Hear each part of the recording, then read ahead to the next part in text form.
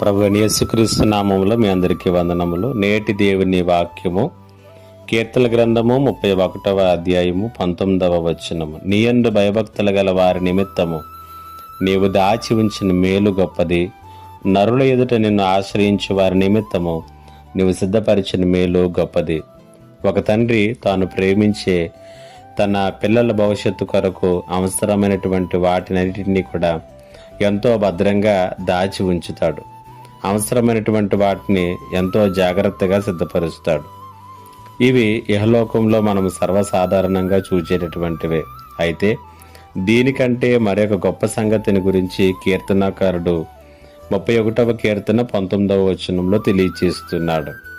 ఈ మాటలు, నీ యందు భయభక్తులు గల వారి నిమిత్తము నీవు దాచి ఉంచిన మేలు గొప్పది, నిన్ను ఆశ్రయించిన వారి నిమిత్తము సిద్ధపరిచిన మేలు గొప్పది అంటున్నాడు. అనగా ఎవరైతే ఆయన యందు భయభక్తులు కలిగి ఆయనపై ఆనుకునేటటువంటి వారి భవిష్యత్తు కొరకు దేవుడట కొన్ని మేలులను దాచిపెట్టి ఉంచుతాడట. మరికొన్ని మేలులను సిద్ధపరిచేటటువంటి పనిలో ఉంటాడంట. ఎంత ఆశ్చర్యం!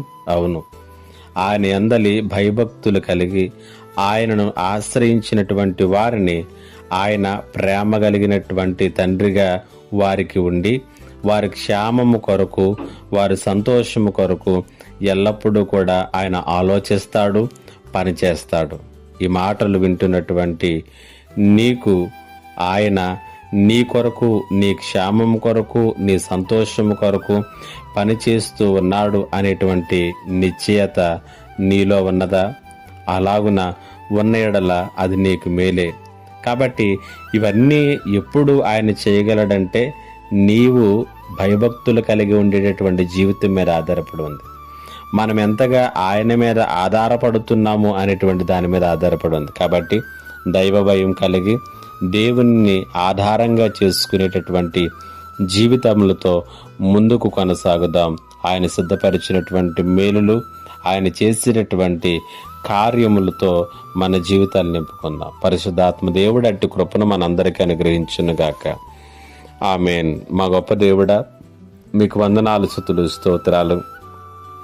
ఇదిగో ప్రభువా, ఈ మాటలు విన్నటువంటి ప్రతి ఒక్కరిని కూడా నీ అందరి భయభక్తుల్లోనికి నడిపించి నీపై ఎల్లప్పుడూ ఆనుకునేటటువంటి జీవితాల్లో స్థిరపరచమని యేసు నామములో అడుగుచున్నాను తండ్రి. ఆమేన్.